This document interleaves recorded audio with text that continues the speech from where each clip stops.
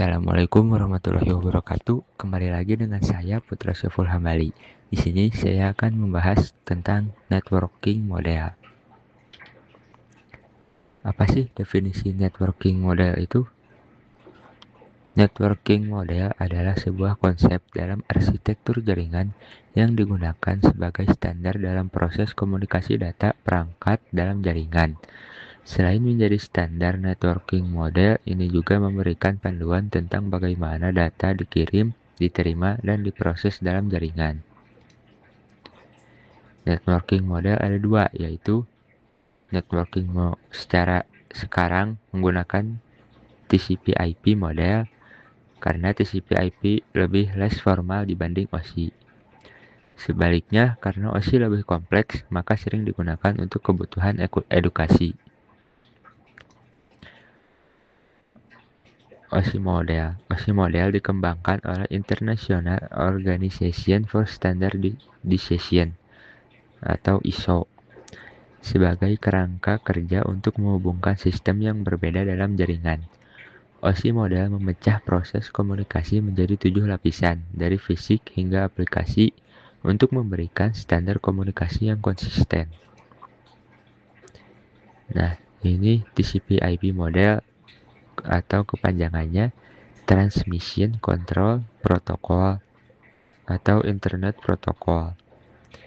TCP/IP model juga dikenal sebagai protokol internet, merupakan dasar dari jaringan internet dan didesain lebih sederhana dibanding OSI model, dengan hanya 5 atau 4 lapisan. Model ini dibuat oleh US Department of Defense atau DoD. Model ini menggabungkan fungsi beberapa lapisan OSI ke dalam satu lapisan yang lebih luas. Nah, di sini cara kerja jaringan TCP/IP. Ini pengirim mempunyai paket data. Nah, dengan TCP/IP ini, paket data ini akan dipecah menjadi lebih kecil lagi, menjadi lebih rinci begitu. Dibuat menjadi beberapa layer agar pengirimannya, penyampaiannya menjadi lebih mudah. Bisa memilih jalur yang tepat dan cepat, yang efektif. Dipecah menjadi beberapa layer, lalu diterima dan digabungkan kembali. Nah, di sini OSI terdapat 7 layer ya. Yang dari physical, data link, network, transport, session, presentation, application. Nah, tetapi jika menggunakan TCP/IP hanya membutuhkan 4 atau 5 layer. Bisa 4 atau 5, tapi yang lebih sering digunakan 5 layer ini. Nah, TCP/IP yang 4 layer ini, physical dan data link digabungkan menjadi satu, menjadi link. Dan network menjadi internet, transport menjadi transport, session, presentation, application disatukan hanya menjadi application. Nah, jika yang 5 layer ini, physical dan data link tetap dipisah, tetap sama, network menjadi network, transport menjadi transport. Nah, 3 ini menjadi application. 1, 2, 3, 4 ini sama, sisanya session, presentation, application diubah menjadi hanya application.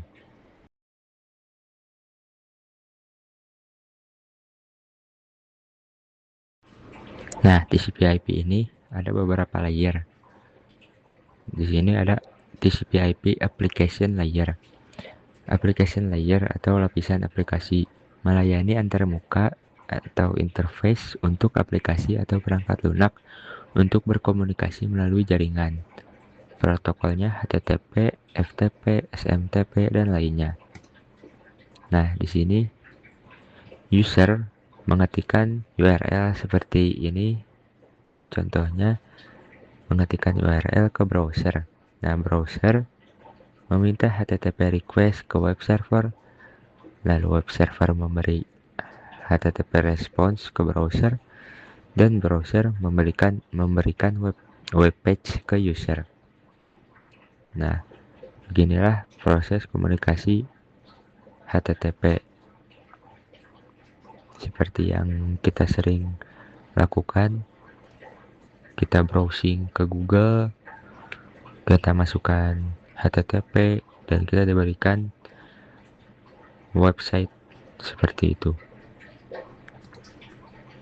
Lalu ada TCP/IP Transport Layer. Transport layer atau lapisan transport mengatur pengiriman data dan memastikan keandalan komunikasi antar aplikasi pada host yang berbeda. Protokol utamanya TCP dan UDP. TCP atau Transmission Control Protocol. TCP menggunakan koneksi, data dikirim secara berurutan, mencegah data yang macet, dan mempermudah dalam menemukan dan memperbaiki kesalahan. Negatifnya, terdapat banyak komunikasi dua arah antara kedua pihak sehingga butuh waktu yang lebih lama. Sedangkan UDP atau User Datagram Protocol tidak berbasis koneksi, tanda pengenal atau nomor urut, tidak mengoreksi kesalahan pengiriman, dan tidak peduli apabila paket hilang. Positifnya, UDP mengirimkan data jauh lebih cepat ketimbang TCP.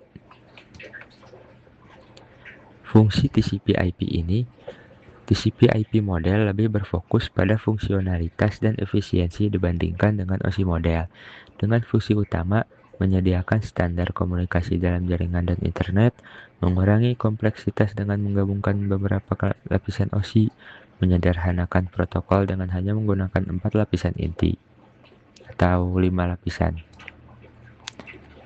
Kemudian selanjutnya ada TCP/IP Network Layer. Network layer atau lapisan jaringan merupakan proses di mana setiap perangkat komputer diberikan identitas berupa IP address. Nah, seperti yang kita tahu, kita sudah sangat mengenal apa itu IP address. Setiap perangkat komputer pasti diberikan identitas berupa IP address. Itu yang disebut TCP/IP Network Layer. Nah, pemberian IP address berperan sebagai alamat yang berguna untuk mengkoneksikan sejumlah perangkat dalam jaringan. Ya, selain itu, IP address juga dapat mencegah terjadinya kesalahan alamat ketika dilakukan pengiriman paket. Nah, ini benar sekali ya, teman-teman. Lalu selanjutnya ada TCP/IP Data Link dan Physical Layer. Data link mendefinisikan protokol yang dibutuhkan pada physical layer. Salah satu fitur pada data link layer ialah FCS atau Frame Check Sequence, yaitu Error Detection Mechanism, hanya mendeteksi error tanpa recovery. Jadi berbeda dengan yang tadi TCP. Kalau TCP menemukan error, itu langsung dibutuhkan, langsung di recovery. Tetapi jika data link ini hanya mendeteksi error tanpa recovery. Lalu addressing yang digunakan pada data link layer adalah MAC address. Lalu physical layer mendefinisikan cabling pada suatu jaringan komputer, mendefinisikan secara fisik apa yang digunakan untuk menghubungkan antar device. Nah, yang terakhir ada encapsulation dan decapsulation. Pada komputer pengirim, terjadi proses pemecahan paket data menjadi paket yang lebih kecil dengan penamaan yang berbeda sesuai dengan masing-masing layer. Setelah paket dipecah-pecah menjadi potongan yang lebih kecil, juga dilakukan proses pembungkusan paket data yang disebut dengan encapsulation. Pada komputer penerima terjadi proses sebaliknya, yaitu proses pembukaan bungkusan paket yang diterima dari pengirim, decapsulation, dan proses penggabungan kembali pecahan-pecahan paket data menjadi paket data yang utuh. Nah, seperti yang tadi saya bilang di awal, cara kerja TCP/IP itu ini ya, encapsulation. Nah, jadi paket datanya itu dipecah menjadi lebih kecil lagi, terus dinamakan berbeda sesuai dengan masing-masing layer. Nah, pemecahan data paket data itu disebut encapsulation. Lalu yang menerimanya pun melakukan proses pembukaan bungkusan paket atau menggabungkan kembali pecahan-pecahan paket data yang sudah dipecah oleh encapsulation dan itu dinamakan decapsulation.